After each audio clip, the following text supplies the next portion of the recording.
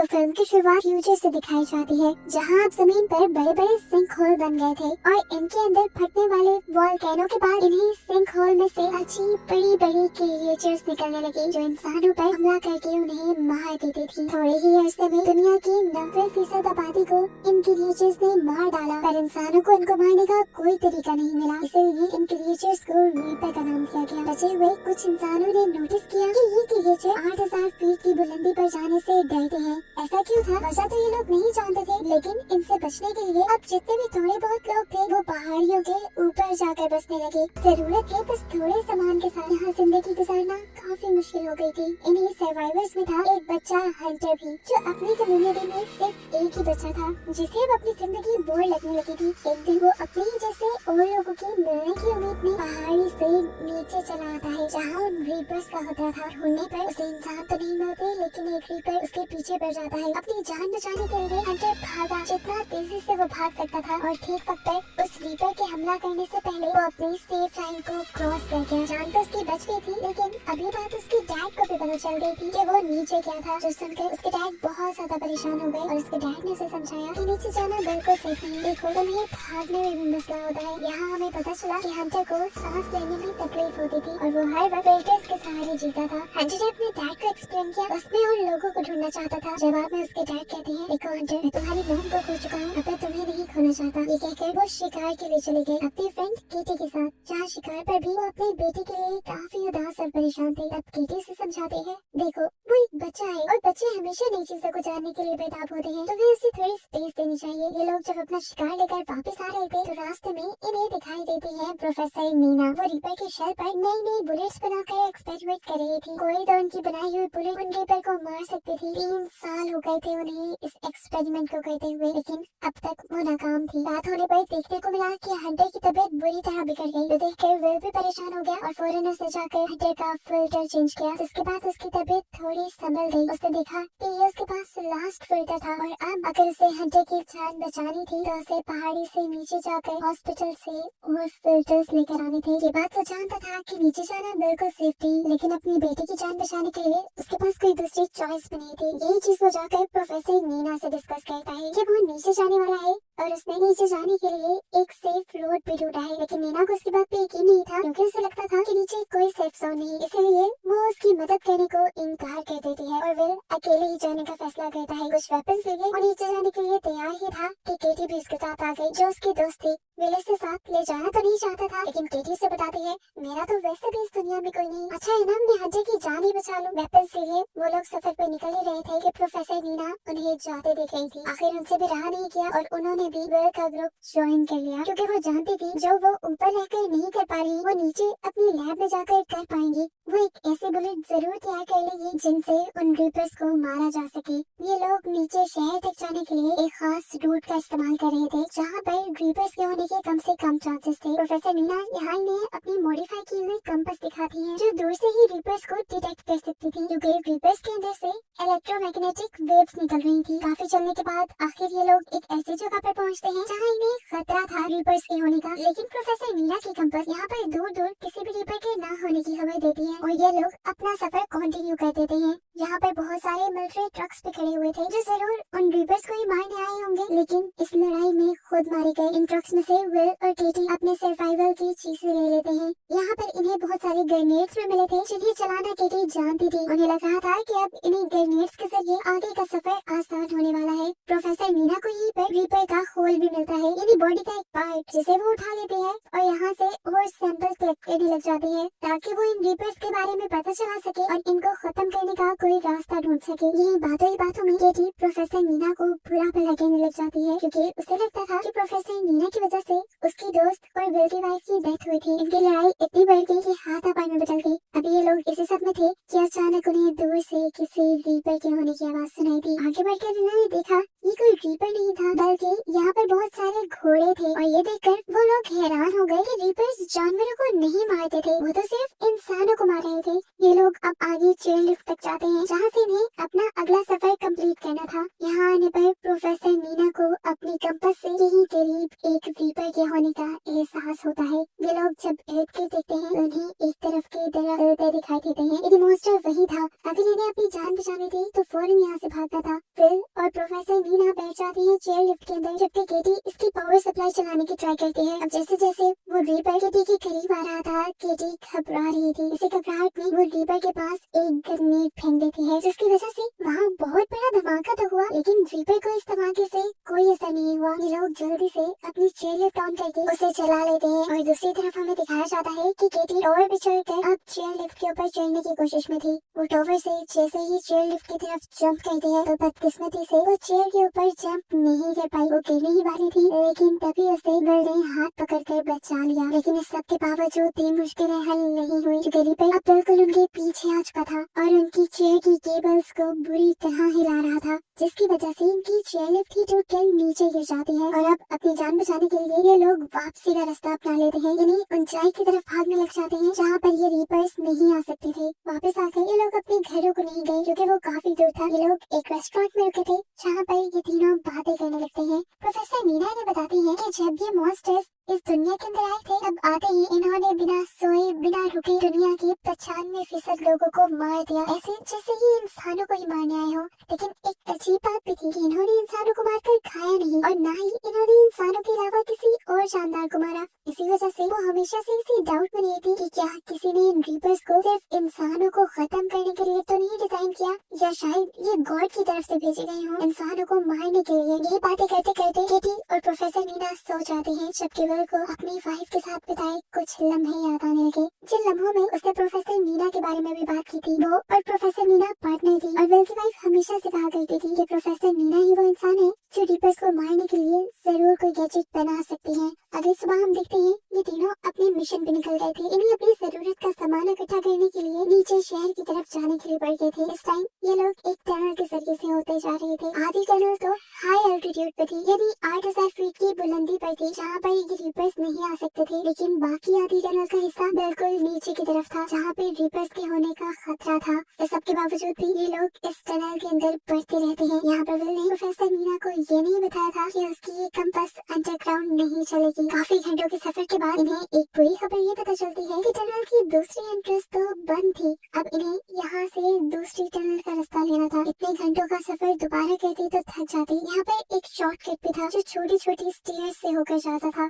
ये लोग उसे इस्तेमाल करने का डिसाइड करते हैं, लेकिन क्योंकि काफी ऐसे से ये भी बनती, तो यहाँ पर बहुत सी चिमगादड़ थी, बैट्स थी जो इनके ऊपर हमला करती हैं, लेकिन ये लोग बच जाते हैं। फाइनली अब ये लोग एक दूसरी टनल में तो पहुँच जाते हैं, लेकिन यहाँ पर आना इनके लिए बिल्कुल भी अच्छा साबित नहीं हुआ, क्योंकि यहाँ पर पहले से ही एक रीपर मौजूद था जो जैसे बस इनका इंतजार ही कर रहा था। ये लोग जल्दी से अपने हेड्स पे लगी हुई लाइट को कवर कर चुके थे ताकि रीपर इन्हें सेंस न कर पाए, लेकिन फिर भी रीपर ने इन्हें सेंस कर लिया था, जिससे बचने के लिए ये लोग अब टनल की दूसरी तरफ से भागने लग जाते हैं। और भागते हुए आगे आके थोड़ी ही दूरी पर केटी ने एक ग्रेनेड भी ब्लास्ट कर दिया था, जिससे वो जानती थी कि रीपर तो नहीं मरेगा, लेकिन हाँ उसकी स्पीड थोड़ी कम हो जाएगी उन तक पहुँचने की। और ऐसा करने में वो कुछ % कामयाब हो भी गई थी, लेकिन अब भी रीपर उनके पीछे पीछे था। इसमें इतना पीछे मुड़कर विल भी उनके ऊपर गोलियां चलाकर उन्हें रोकने की कोशिश करता है, लेकिन कोई भी गोली रीपर के ऊपर असर नहीं कर रही थी। किस्मत इनकी अच्छी थी कि इन्हें इसी टनल के अंदर एक छोटा सा और गार मिल गया, जिसके अंदर ये तीनों चले जाते हैं। इसी गार के अंदर रीपर भी अपनी जलती हुई टेल को इनके मुंह के बिल्कुल करीब कर लेता है, जिससे इनके सांस खुश्क हो गए थे। लेकिन विल ने यहाँ पर भी सहानुभूति दिखाई और माचिस जलाकर दूसरी तरफ फेंक दी, जिससे रीपर रोशनी को दूसरी तरफ देखकर डिस्ट्रैक्ट हो गया। अब ये लोग इसी गार की दूसरी तरफ से रास्ता बनाते हुए यहाँ से बाहर निकलने की कोशिश करते हैं, लेकिन एक और मर्तबा रीपर इसी गार के अंदर अपनी टेल डालकर विल के ऊपर हमला करने की कोशिश करता है, क्योंकि वो पीछे था। लेकिन किसी तरह विल इस हमले से बच गया। केटी सबसे आगे थी। जल्दबाजी में वो एक ऐसी टनल के अंदर चली जाती है जहाँ पर एक और रीपर मौजूद था, और इस मिनट पर रीपर ने उसके ऊपर कोई तरस नहीं खाया और उसे हमला करके मार डाला। हालांकि पीछे से नीना उसे बचाने की कोशिश करती रही, लेकिन सब नाकाम हो गया। आखिरी चॉइस पर बस नीना को वहाँ से बाहर निकलती हुई एक लैडर, एक सीढ़ी दिखाई दी, जिसके ऊपर चढ़कर वो और विल यहाँ से चले गए। केटी को यहीं पर छोड़कर, जिस बात का तो शायद अब इन्हें जिंदगी भर होने वाला था। अब ये लोग एक सेफ एल्टीट्यूड पे आ गए थे, यानी 8000 फीट से ऊपर, जहाँ कोई रीपर नहीं था। ये लोग यहाँ सेफ रह सकते थे, लेकिन नीना इस टाइम सेफ रहने को प्रायोरिटी नहीं देती, बल्कि अपनी मिशन को प्रायोरिटी देती है और अपनी लैब्स की तरफ बढ़ने का फैसला करती है। यहाँ पर बहुत सारे ऐसे घर थे जिसमें अब कोई इंसान नहीं रहता था। उन्हीं में से एक घर के अंदर विल और प्रोफेसर नीना आ चुके थे। यहाँ पे खाने के लिए भी बहुत कुछ था। नीना दोनों के लिए खाना बनाती है और यहाँ बैठ के विल को हंटर की याद आ जाती है। उसे ये खाना बहुत पसंद था, लेकिन उनके शहर में ये सादा सा खाना भी नायाब हो गया था। फिर अब नीना विल को एक्सप्लेन करती है कि कैसे वो डिफरेंट केमिकल्स के मिक्सचर से एक ऐसी बुलेट तैयार कर सकती है जो उन रीपर्स को मार सकता है। नीना को लग रहा था कि इनके अंदर कोई मैग्नेटिक पावर जरूर है और एक खास केमिकल कॉम्बिनेशन की मदद से ये लोग उनके अंदर के ही इलेक्ट्रोमैग्नेटिक चार्ज को किसी बॉम्ब की तरह डिस्ट्रॉय कर सकते थे, जिससे उन रीपर्स के मर जाने का 90% तक चांस है। विल को उसकी बातों पे बिल्कुल यकीन नहीं था और अब विल को तो इस बात पे भी यकीन नहीं आ रहा था कि नीना की फ्रेंड यानी विल की वाइफ वो नीना की इस थ्योरी पे बिलीव करती थी। फिर अगले दिन ये लोग लैब की तरफ बढ़ जाते हैं। पहला स्टॉप यहाँ पर विल ने एक हॉस्पिटल के पास किया था, जहाँ से उसे हंटर की मेडिसिन और फिल्टर्स लेने थे। गन लिए वो आगे बढ़े थे क्योंकि जानते थे कहीं न कहीं से इनका सामना रीपर से हो सकता है। लेकिन अभी तक प्रोफेसर नीना की कंपास ने इन्हें किसी भी मॉन्स्टर के यहाँ होने का इशारा नहीं दिया था। फाइनली विल को भी हंटर की मेडिसिन मिल जाती है, जिसका वो स्टॉक अपने बैग में रख लेता है, जितना वो रख सकता था। इसके बाद ये लोग तेजी से यहाँ से भागने वाले थे, लेकिन तभी उन्हें एहसास हुआ कि इस हॉस्पिटल के अंदर कोई रीपर छुपा हुआ है, जिसे नीना के कंपास ने डिटेक्ट इसलिए नहीं किया था क्योंकि वो कंपास अब खराब हो चुका था। ये लोग तेजी से उससे बचकर भागने की कोशिश करते हैं, लेकिन वो रीपर वॉल्स तोड़ते हुए इनके ऊपर हमला करने लग जाता है। यहाँ तक कि उसने तो अपने टेंटिकल की मदद से विल को कैद भी कर लिया था। यहाँ पर प्रोफेसर नीना बहुत ही होशियारी से पास पड़े फायर बॉक्स में से एक्स निकालकर उस रीपर की टेल के ऊपर हमला कर देती है, जिसकी वजह से रीपर विल को छोड़ देता है। अब इन्हें फौरन यहाँ से भागना था, लेकिन भागने से पहले नीना यहाँ के सारे ऑक्सीजन सिलेंडर खोल चुकी थी, जिसकी वजह से वहाँ पर फॉग पैदा हो जाए और रीपर्स को वो लोग नजर न आए। ये आइडिया भी अच्छा था, लेकिन विल के दिमाग में जो आइडिया था वो इससे भी ज्यादा कमाल का था। विल एक ऑक्सीजन टैंक के ऊपर शूट कर देता है, जिससे वहाँ पे बहुत बड़ा एक्सप्लोजन हुआ था और प्रेशर से वो रीपर उड़कर इस बिल्डिंग से बाहर जा चुका था। ये लोग ऊपर से खड़े हुए रीपर को देखते हैं जो बेजान जमीन पे पड़ा था, लेकिन ये लोग नहीं जानते थे कि वो रीपर मरा है या बेहोश है। ज्यादा देर ये लोग रुक नहीं सकते थे यहाँ पर, इसलिए विल नीना से वापस चलने को कहता है और नीना कहती है नहीं विल, मुझे मेरी लैब तक जाना है ताकि मैं इन्हें मारने के लिए कोई नई बुलेट तैयार कर पाऊँ। विल नीना की बात मान जाता है और ये लोग ट्रक में ही बैठकर लैब के लिए निकल जाते हैं और इनके यहाँ से जाते ही हमें दिखाया गया कि वो रीपर दोबारा होश में आ चुका था। इधर लैब में आते ही नीना अपना काम शुरू कर चुकी थी, जबकि विल इस लैब को विजिट कर रहा था, जहाँ पर उसे प्रोफेसर नीना की फैमिली पिक्चर भी दिखाई दी। ये देखकर वो शॉक रह गया कि नीना की एक फैमिली भी थी, क्योंकि उसने कभी अपनी फैमिली के बारे में कुछ डिस्कस नहीं किया था। ये सवाल करते ही नीना की भी आंखों से आंसू निकलने लगे और उसने बताया कि जिस दिन पहली मर्तबा रीपर्स ने दुनिया पर हमला किया था, उस दिन मैं लैब में ही थी। मेरी फैमिली मुझे बुलाती रह गई, लेकिन मैंने लैब में रहने का फैसला किया और मेरी ही वजह से मेरी फैमिली मर गई और आज मैं जिंदा हूँ। ये सुनकर फिर भी काफी इमोशनल हो जाता है। नीना दोबारा बात कंटिन्यू करती है और कहती है बस वो दिन था और आज का दिन मैंने इन रीपर्स से बदला लेने की ठान ली थी और देख लेना मैं उनसे अपनी फैमिली का बदला